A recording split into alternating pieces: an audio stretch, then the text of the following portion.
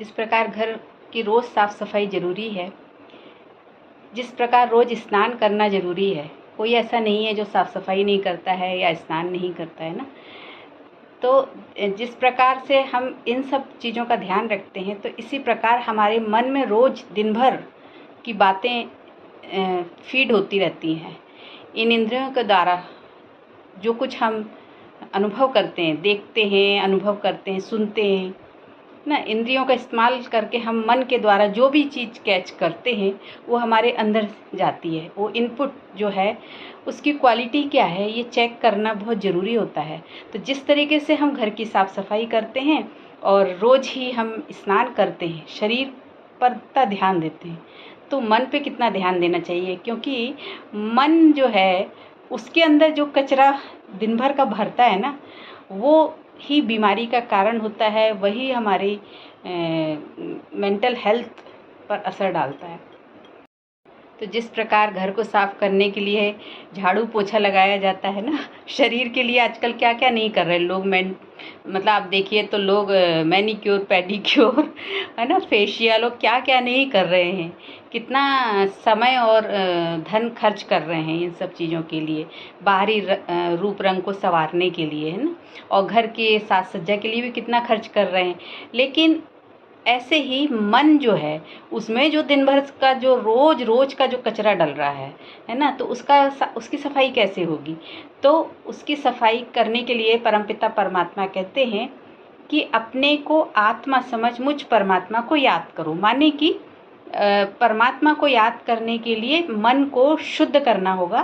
तो सबसे पहले आत्मिक स्टेज में टिकना होता है, फिर परमात्मा से बुद्धि जोड़नी होती है, तो उसे कहते हैं योग। तो परमात्मा कहते हैं कि ज्ञान का सोप, माने ज्ञान का साबुन लगाकर आत्मा को स्वच्छ करो। मन में जो बुराइयां, विकृतियां, विकार हैं ना, उन सब को साफ करो। और योग अग्नि से, माने परमात्मा की याद से, ज्ञान स्नान से और परमात्मा की योग अग्नि से इस मन को स्वच्छ करो। तो जब मन साफ होगा, मन की रोज की जो गंदगी, नेगेटिविटी भरती है, उसको रोज चेक करके उसको हटाते जब जाएंगे, तो हमारा मन हेल्दी होगा। नहीं तो मन की पावर बिल्कुल खत्म हो जाती है और आत्मा बिल्कुल ही कमज़ोर हो जाती है। तो कितना ज़रूरी है मन पर ध्यान देना। तो ज्ञान और योग, ईश्वरीय ज्ञान और योग ही हमारे मन को साफ कर सकता है। और जब मन साफ होगा तो बुद्धि हमारी दिव्य बनेगी, और जब बुद्धि दिव्य बनेगी तो उसमें क्रिएटिविटी, उसमें रचनात्मकता बढ़ेगी, और हमारे अंदर जो परिवर्तन होगा, जब बुद्धि में हम परिवर्तन करेंगे, बुद्धि में इनपुट अच्छा देंगे, तो हमारे अंदर भी विचारों में परिवर्तन होगा। क्रिएशन जो होगी वो अच्छी, श्रेष्ठ होगी, तो फिर मन हेल्दी रहेगा। तो इस गलतफहमी में कभी नहीं रहना चाहिए कि हम ऊपरी रंग रूप को ठीक कर लेंगे तो सब कुछ ठीक है। हमारा मन का ठीक रहना बहुत ज़रूरी है, और उसके लिए जब तक इस शरीर में आत्मा है तब तक इस शरीर को ठीक रखने के लिए पुरुषार्थ करते रहना, माने कि आत्मा को सही दिशा देना, मन को सही जगह लगाना जरूरी है। इसलिए परमपिता परमात्मा कहते हैं कि पढ़ाई है, गॉडली स्टूडेंट हो तुम बच्चे, और ये जो ईश्वरीय पढ़ाई है ना, इसको कभी छोड़ना नहीं, क्योंकि ये ज्ञान स्नान से तुम्हारा मन और बुद्धि जो है वो स्वच्छ होगी और आत्मा में दैवी गुण धारण होते जाएंगे, सफाई हो जाएगी, मन शुद्ध हो जाएगा।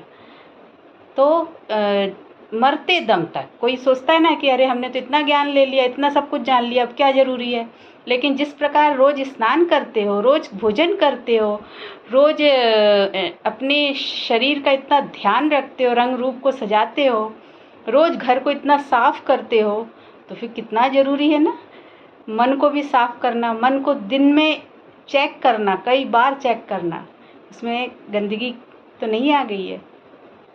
उसको जब हम साफ करते हैं योग और ज्ञान के द्वारा, तो हमारे अंदर नेगेटिविटी ठहर नहीं पाती है ना। पॉजिटिविटी से नेगेटिविटी को हटाना पड़ता है, और पॉजिटिविटी कहाँ से आएगी, तो इस धरा में पॉजिटिविटी लाने का एक ही तरीका है कि मन बुद्धि को श्रेष्ठ लक्ष्य में जोड़ देना। जो हमारा श्रेष्ठ लक्ष्य होगा ना, जब वहाँ बुद्धि को जोड़ देंगे तो हमारी पूरी एनर्जी वहाँ जब कनेक्ट हो जाएगी तो वहाँ से हमको श्रेष्ठ लाभ मिलना शुरू हो जाएगा। श्रेष्ठ लक्ष्य से श्रेष्ठ लक्षण आना शुरू हो जाएंगे। ओम शांति।